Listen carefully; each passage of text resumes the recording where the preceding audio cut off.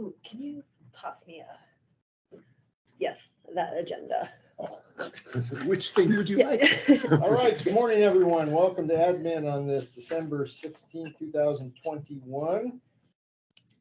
Let's see, is either Kyle or Violet, who is doing roll call today? Hi, it's Annie. I'm happy to be here for you. Good to hear you, Annie. Great to hear your voice, Annie. Hey, Annie. Thank you.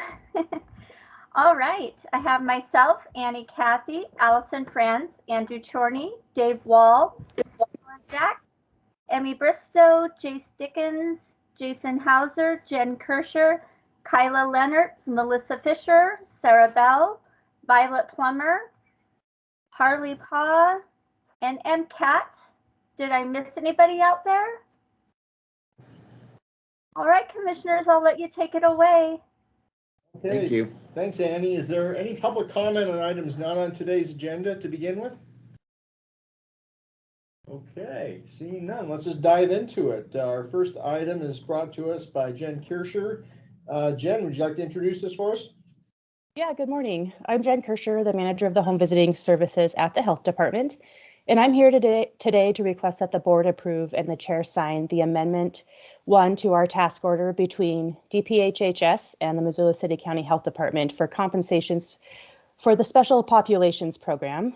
This compensation is up to $53,414.78, and this is formerly known as the Refugee Resettlement Assistance Program.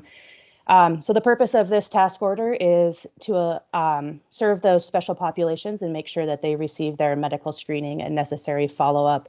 And then we are allowed to use this funding to help reimburse for staff time towards that population, as well as our interpretation services and any necessary mileage or printing associated with that as well. There is an increase in this number from the previous year, as there is an expected number of increased arrivals in Missoula County as well. So any questions? Questions? Oh, this is money from the state. Correct? It's federal money trickled down through the state. Okay, great. Wonderful. Thanks. Any other questions? No, I move to approve the chair sign amendment 1 to task order 2112-1010030. I'll second that. Any further discussion or public comment out there? Seeing none, all in favor? Aye. Aye. Thanks so much. Yeah, Thanks, thanks for Jen. doing this good work. Thank you. Have a great day. And proud to help with this Absolutely. effort in Missoula. Okay, our next item brought to us by Under Sheriff Rich Maricelli. Rich, would you like to introduce this? This is an annual mutual aid agreement and MOU between the BLM, Bureau of Land Management, and the Sheriff's Office. Thank you, Dave. I'm going to introduce Lieutenant Jace Dickens, and he has the information right in front of him. So, Jace. Good morning, everyone. We're just asking for the commissioner's approval and signature on a mutual aid agreement with our federal law enforcement partner, the BLM. It's a federal law enforcement agency. They have one person that works in our county. Most of the federal land under BLM is up around 9 Mile Prairie and up around Garnett Range Road, headed towards Sealy. But I think this is just a continuation of something we've been doing for years and years. This particular agreement has a 5-year shelf life, and what it really does is authorizes that federal law enforcement officer to enforce state and county ordinances, state law and county ordinances, and it gives him a little bit more enforcement options in the field should he encounter somebody violating state law and not have to force him to do everything in the federal court system. So it also kind of integrates him into working with our people. We have a really great working relationship with the BLM. They back our guys up. It basically pluses us up by one more body, very similar to what Forest Service law enforcement does in our area. So we would just ask you read through it and give us the positive nod. I will say it's already been vetted by the county attorney's office and also loss prevention. Erica Grindy. Yeah, Erica took a look at it. So nothing really changes other than we were at our 5-year deadline, and it's just time to extend that. Didn't we do this? Is this the Forest Service before? I feel like we've done another, mutual aid agreements? We do a very similar thing with our Forest Service law enforcement personnel. Okay. And the nice part with all the feds is they have the same nexus. So our BLM ranger can also enforce state statute on Forest Service land in our county as well. So that was also a 5-year they're agreement. very similar. I believe it is.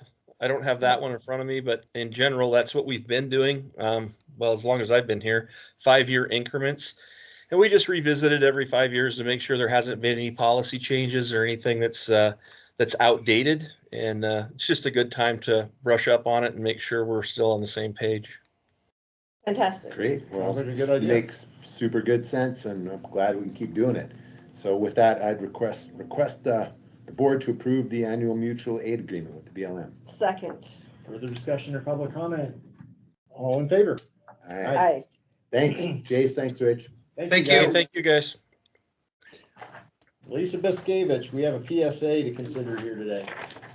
Yes, so good morning, Commissioners. Lisa Biskevich, Health Promotion Supervisor at the Health Department.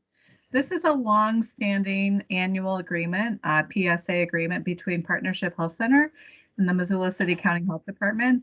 And what it does is that it funds and supports the Cancer Control Program and Healthy Living Program based out of Partnership Health Center. So they provide services to a multi-region area, not only Missoula County, but as Ravalli and Mineral County as well, to do screening for breast and cervical cancer, and then also to do prevention programs around chronic disease, self-management program, Walk with Ease. And Colleen Huffin and Anna Mora are the staff at PHC that work part-time to implement these programs.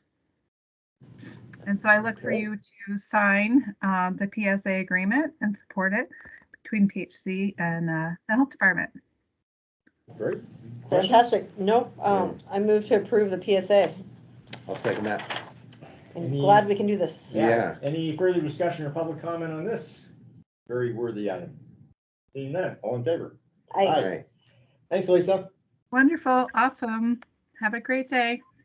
Two. Okay, and the next item, it is to authorize Allison France to sign a service agreement with Bang the Table.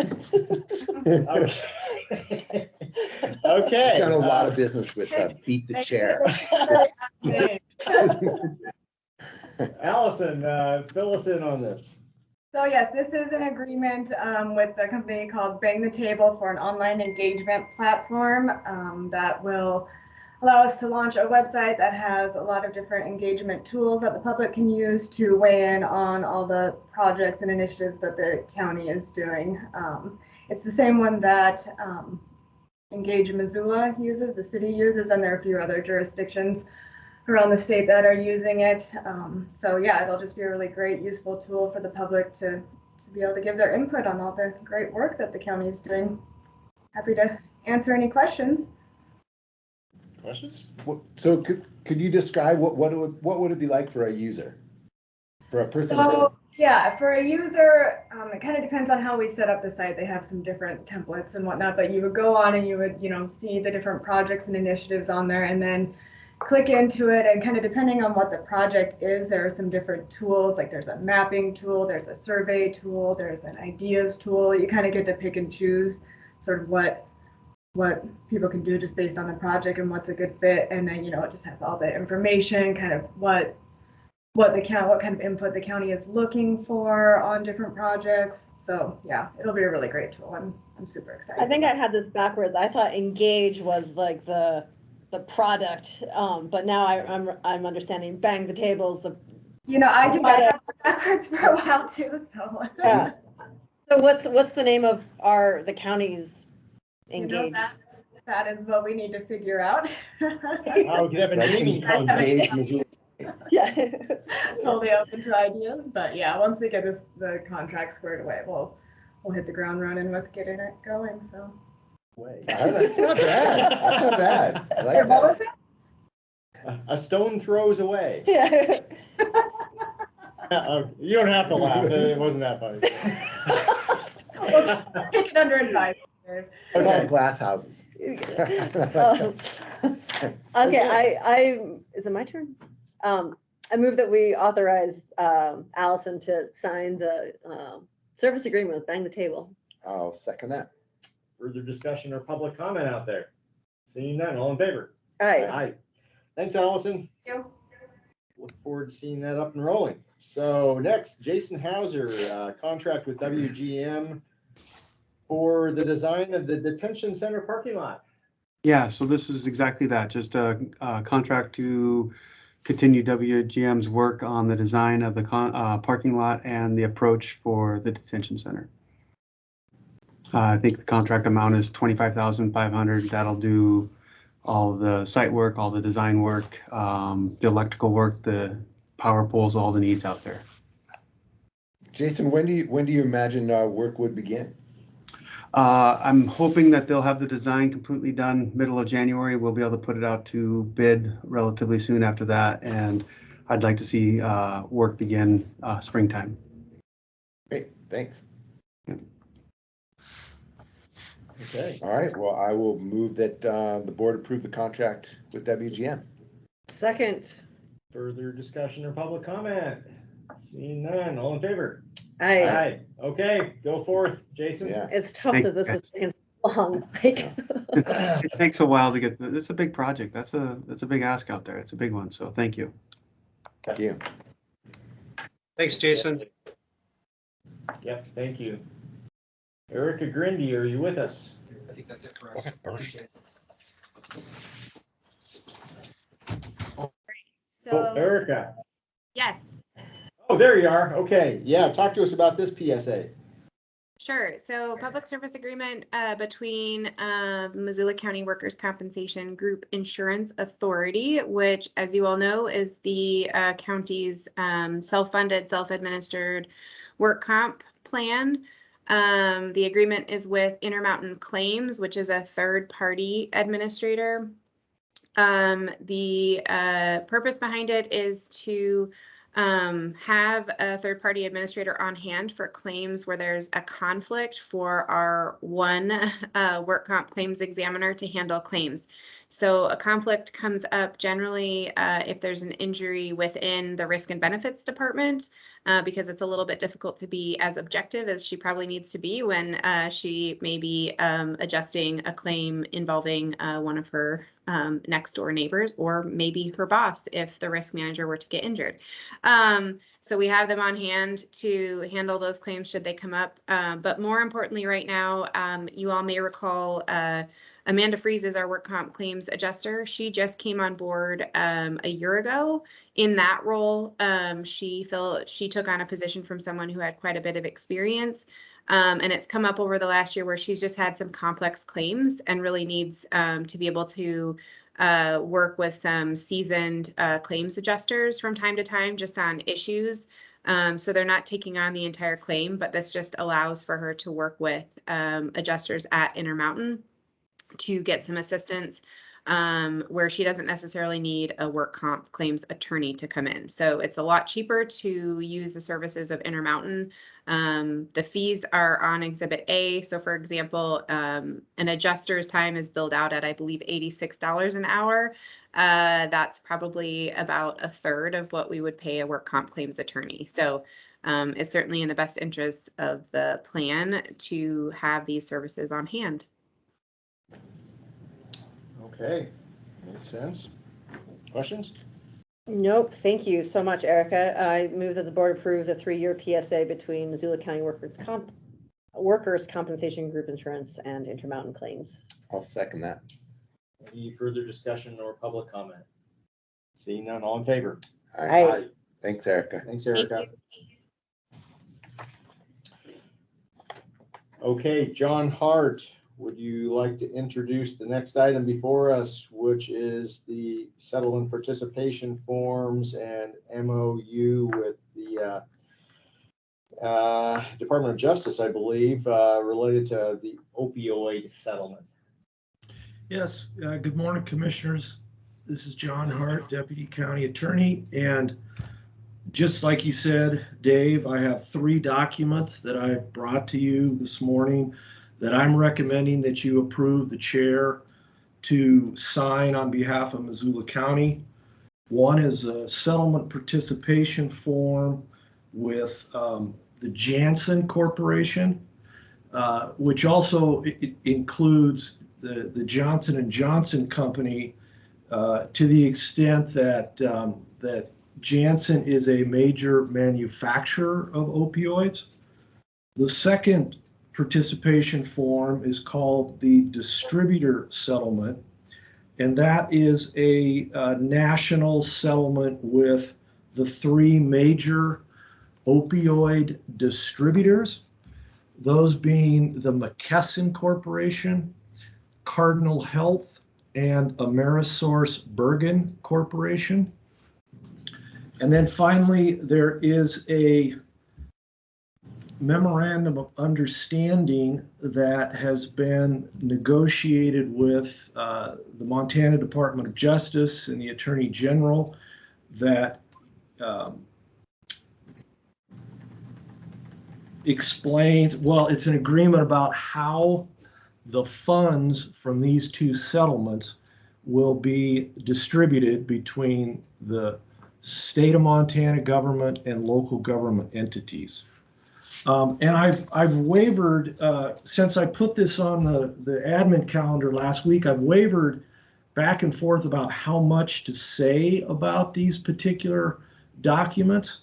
And I've decided I want to err on the side of saying probably too much. And frankly, that's because I think this is a really big deal for Missoula County, other counties in Montana, the state of Montana, and other states around the entire country. I think you would have had to be living in a cave for the last decade to not be aware of the severity of the opioid epidemic nationally. And in 2019, Missoula County decided to be a plaintiff in that litigation and do what they can to hold those companies responsible for their role in creating this epidemic. And so after 3 years of litigation, well, let me back up just so for people may not recall, Missoula County in January of 2019 hired Keller Rohrbach, a very experienced, very qualified firm in Seattle, Washington, to represent Missoula County and its claims arising out of the opioid epidemic. We filed suit in January of 2019, so almost 3 years later. There's been extensive litigation. People may be familiar with that in the national press. But finally, after 3 years, we have some settlements with 4 of the defendants. And I think there's over 30 defendants in this lawsuit. And Missoula County's lawsuit has been consolidated with other lawsuits by other states and other local governments around the country. But my point being, these are the first settlements that have been reached in this litigation against any defendants. And the settlement agreements themselves are, I mean, the Janssen settlement is 190 pages long. The distributor settlement is 606 pages long.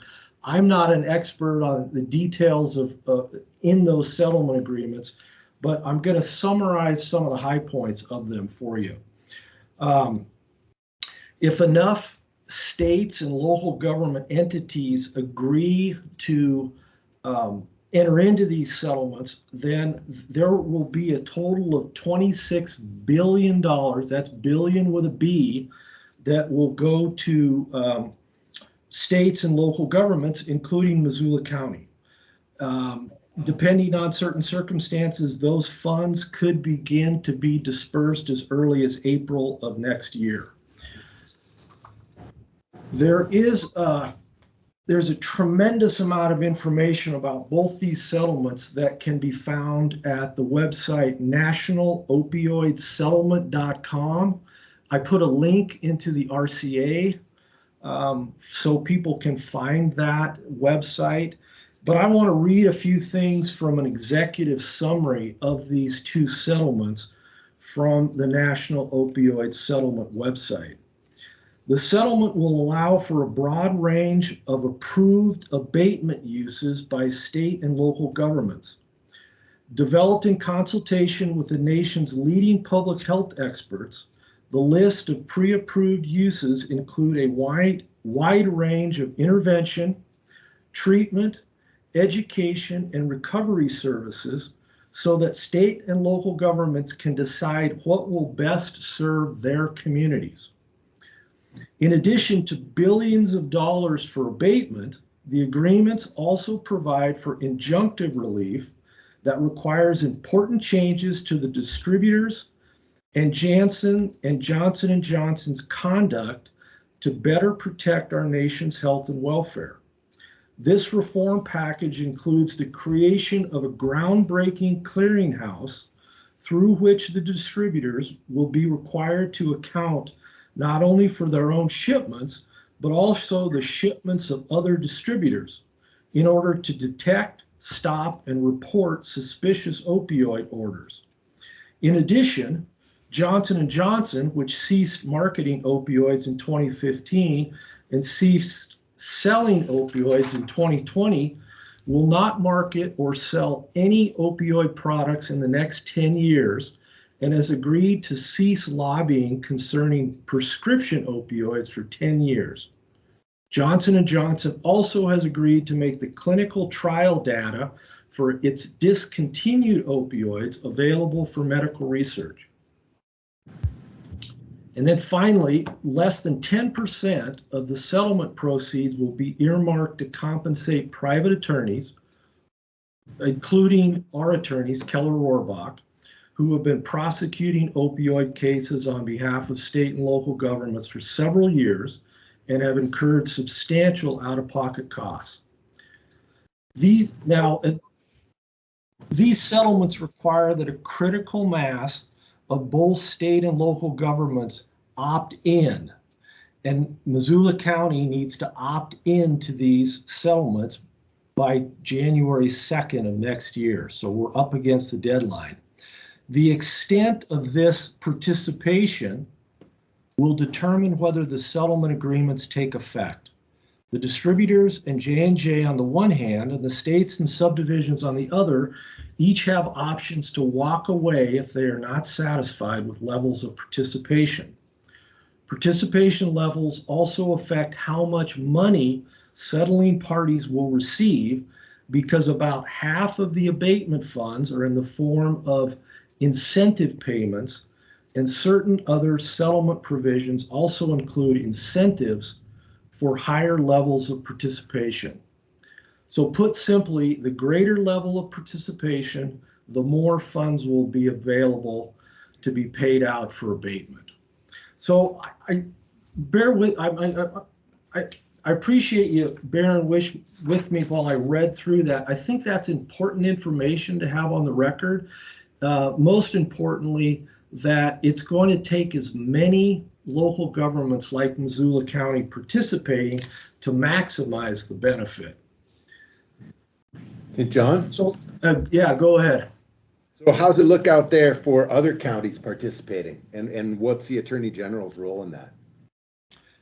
Well, the Attorney General, through its Office of Consumer Protection, has sent an email to all 56 counties in Montana, as well as the 6 largest by population cities in Montana, because each one of those entities, all 56 counties and then the 6 largest cities, stand to receive payments, direct monetary payments through these settlements. So the Attorney General's office, the Department of Justice, has encouraged everybody, all counties and all cities, to participate in this. And primarily, it's because it's a good opportunity for the state of Montana as a state, and then as national or as local communities and cities, to start to have some money to address this epidemic. I can't tell you today how many other counties or cities have agreed to participate in these settlements, though. Does that answer your question, Josh? Helpful, yeah, thank you. And I do know that the Montana Association of Counties is urging all counties in the state to sign the settlement. Do you know, John, do you know if the league has done anything like that? I don't. Yes, and MACO has been encouraging all of the counties to participate. Some of the information that I put into the RCA for this action item is just cut and paste from an email that was forwarded to all the counties in Montana. That January 3rd, what was the date? January 3rd? January 2nd, which I think is a Sunday. So for all intents and purposes, this, I think you could still register on a Sunday because the registration is electronic, but you know, nonetheless, the deadline is coming up. Okay, and that's the deadline across the state. It's for all counties and those 6 cities. That's a deadline across the state. And it seems like we've had a very limited amount of time to get this done. And that's because it took a tremendous amount of effort between the Attorney General's office and attorneys like Keller Rohrbach and other attorneys that are representing other counties in the state to negotiate this memorandum of understanding that will dictate how the money gets allocated. That was literally not the final MOU, I think, happened earlier this month or late in November. So that's why we're kind of, it's, you know, there's not been as much time as you would ideally want to have to get the word out to and to be able to explain to everybody all the details of the settlements in the MOU. John, do you know when we'll find out how much money we would be eligible for, I guess, based on participation? I don't, Josh. And you know, normally when you settle a case, you can do the math right there during the settlement conference, and you can determine exactly how much money or you know, roughly how much money is going to come your way. But because of the incentives that are baked into these agreements, it's impossible to know exactly how much money might be coming to Missoula. What I'll say in very general terms, the potential sum for both of these settlement agreements is $26 billion. It's my understanding that of that amount, best case scenario, $80 million comes to the state of Montana. And the way that the money then is allocated pursuant to this MOU is 15% of the money that we get will stay with the state of Montana.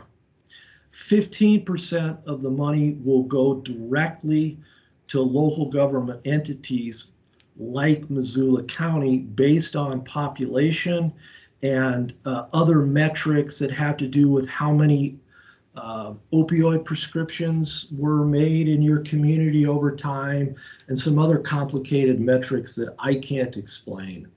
But like I said, 15% to the state, 15% to local government entities, and then the remaining 70% goes into an abatement trust fund that will be administered by an advisory committee that has equal representation between the state and local governments. And so Missoula County will have the opportunity to apply for that 70% and use that money for authorized purposes to try to make a difference in Missoula County in terms of the opioid epidemic. What else can I tell you about the MOU?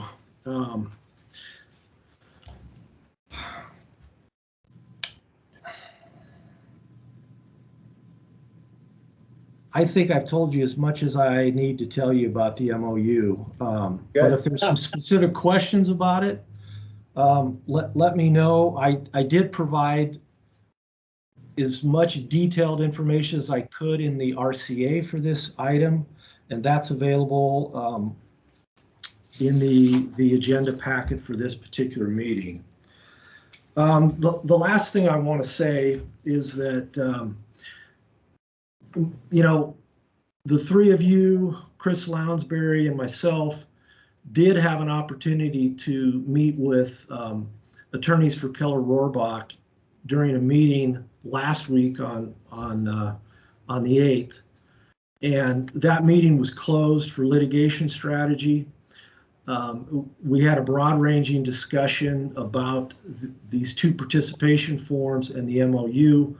It was Keller Rohrbach's recommendation to the commission that they participate in the two settlements and enter into the MOU with the Department of Justice.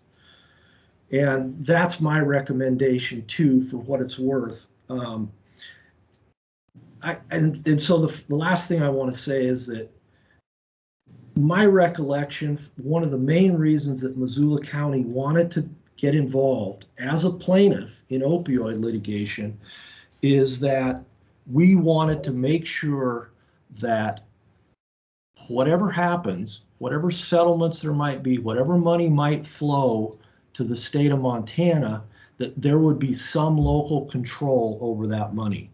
And this MOU accomplishes that goal. I mean, at the end of the day, 80% of the funds are available either directly or through the abatement trust fund to local governments. And so I believe we've accomplished that main goal of making sure that we have control over some of the settlement money, some that to address the problem locally. And the other reason that I recommend this is that, you know, 2020 proved to be the worst year yet for opioid-related deaths in the United States. And now we finally have an opportunity to start to get some money flowing to Missoula County. And again, this is a settlement with 4 defendants. There will be many, many, many settlements to come.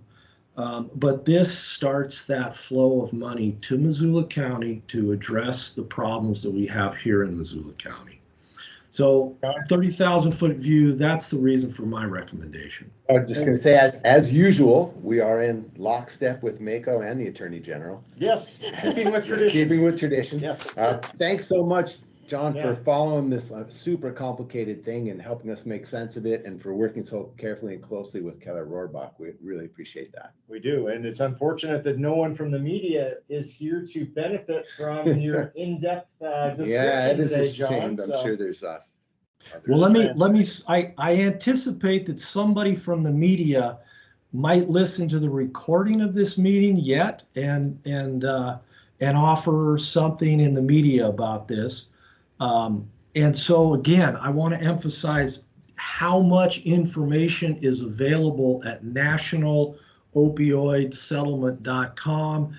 There's FAQs, there's executive summaries, there's the actual settlement agreements that we're talking about here today, and there's a copy of the MOU between the state of Montana and local government entities. So I would highly recommend the media to start there if that's something that they want to follow up on. What's in Thanks, the John. chat, Dave? All right. So, Did someone put something in the chat? Yeah, it looks like Dave Wall just put a link to nationalopioidsettlement.com. So I would. so the motion is to authorize the chair to sign the 2 I would like- participation agreements and MOU. Yes, I would like to make that motion. Second, Further discussion or public comment? second. Seeing none, all in favor? Aye. Thank you Thank so John. much. Thanks, everyone. Thank you for letting me talk so much today. You That was bet. good Thank info. you. Thank you. Thank you, John. Okay, the next item is something that we do every year, and this year we are doing it prior to the beginning of 2022. Chris, do you want to provide any description on? Sure. So commissioners, each year you are required to designate a chair Just as a quick reminder, the chair obviously chairs these meetings, but the chair also has one super special function, which I always like to highlight to you guys, which is if there were to be an immediate need for an emergency declaration or disaster declaration, the chair has the authority to do that independent of the rest of the commission. It's really one of the few independent actions that the chair can take and then later has to bring to the board to ratify. So it is really important that we have a chair in place when the new year starts, because we never know when a disaster or emergency might strike. Historically, the commission as a body has rotated the chair to make sure that the person who is the chair is not going to be up for election at the time that their seat comes up. And so if we were to follow that rotation as we normally would, next year it would be Commissioner Bureau who would be the chair, but you are of course free to choose anyone that the body would like to nominate. I'd love to, can I say something here? Yes, and you can even make a. Yeah, I want to a say motion something if you and then want. make a motion. Yeah. So my first thing is to say thanks to you, Dave. Really appreciate it. You've done a great job. We went through a big challenging year with COVID and crazy inflation and all kinds of other things. And you are thoughtful and deliberative. And really, I feel like, I should say this from the heart, exemplify really good leadership and service. Thank you for that. Here. Really true. 3-3. And with that, I would like to nominate, make sure that our friend and colleague, Juanita Vero, is our chair for next year. That would be my motion. I will second that motion.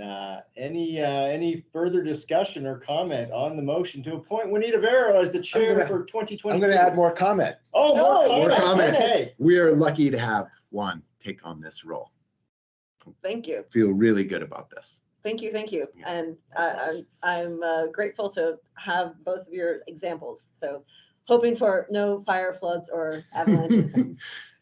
Maybe some ball lightning, super volcanoes. I can handle a super volcano. Okay. Any public comment or additional comment from folks on the line? Speak now or forever hold your peace. Okay, let's go ahead and vote. All in favor? Aye. Do I abstain? Doesn't make any difference. You can vote for yourself. Yeah. It's 2-0. Who cares? You're in. Yeah, I'm okay. passing the The Blackfoot biochar. yes, the beer stein with Blackfoot biochar as you take the chair position. Beer stein has been passed. Yes. All right. And that'll begin January. That will begin January. Okay, I'll try not to take anything off the rails between now and then. Thank goodness we have holidays coming up. Yes. Okay, so Kyla, we have a number of board appointments. Would you like to walk us through these? Sure. So the first one is for the Lolo Mosquito Control Board. We had two terms that are going to expire at the end of December 31st, 2021. We had a resignation from Dennis Danke, but Joanne Stewart did submit her letter of interest and is eligible for reappointment. So the motion before you for this board is to reappoint Joanne Stewart to a new 3-year term through December 31st, 2024 to the Mosquito Board. What do you think? I motion to reappoint Joanne Stewart. I'll second that. Glad she's ready and willing. Yeah. Absolutely. Any further discussion or comment on Joanne Stewart for the Lolo Mosquito Board? Seeing none, all in favor? Aye. Next. The next one is for the Weed Control Board. We had Doug Kopp resign, leaving a regular member seat vacant. We had John Rimmel submit his letter of interest, and he is eligible for reappointment. And we had Joanne Wallenburn submit her letter of interest, and she is also eligible for reappointment. So we have 3 motions before you. We would like to move the alternate, Layla Arabar, to the regular member term through December 31st, 2024, and reappoint John to a new 3-year term through 2024, and Joanne to a new 3-year term of 2024. I would move that we do all that. The reappoint and the extensions of the continued participation of the other folks. Yes, that would be it. Second. Any further discussion on that? Seeing none, all in favor? Aye. Thank you. Thanks for Aye. keeping track of all this. And next, we are not done yet. Impact Fee Advisory Board. Yes. We have 2 terms expiring in December 31st, 2021. That's Jeff Birnbaum and Chris Anderson. We did have one new applicant, Brad Hoshore. So it's just a request to appoint or reappoint for the 2 3-year terms through December 31st, 2024. Since I've been involved with this board, I would like to move we reappoint Jeff and Chris. I'll second that, but I also wanted to add, well, sorry. No.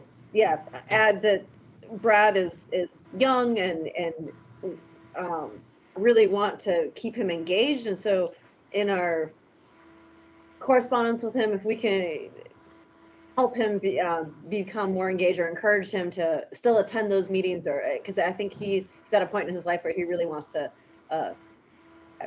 commit. Make sure he knows about other opportunities. Yes. Well, speaking of other opportunities, was he one of the ones who applied for multiple boards? Yes. He did. He applied for another board as well. Okay, so we will still be able to consider him Great. for another possible appointment. Yeah, and so that he understands that there's other ways to still be involved with the community, not just, I mean, even if you're not on a board, he can still be an engaged citizen, and it's important to show up, and I want to foster and welcome that. Yeah, that's a good point. I'll make sure and include that he's welcome to attend any and all board meetings for any board that he has interest in. Great, thank you. Did we just vote? We didn't vote yet. It's been. Okay, all in favor? Aye. Okay. Thank you. All right. Next is something that we have already discussed and made a decision on. This was the Flathead Reservation Management Board nominee letter sent to the governor, I believe it was, related to our nomination, of which I guess, I don't know when the governor will actually make a selection or not. I'm not sure when he'll make a selection. Ann is on another meeting, so I don't believe she's on here today. But yes, this was just to make note. You made your decision, but this was just to notice the letter that you signed that is the formal correspondence to the governor. Okay, any other business we need to deal with at this time? If you've got some holes in your schedule and are looking for a good time, come back in 15 minutes and we can talk golf. So, all right, have a good day. Thank you all. Thanks, everyone. Goodbye.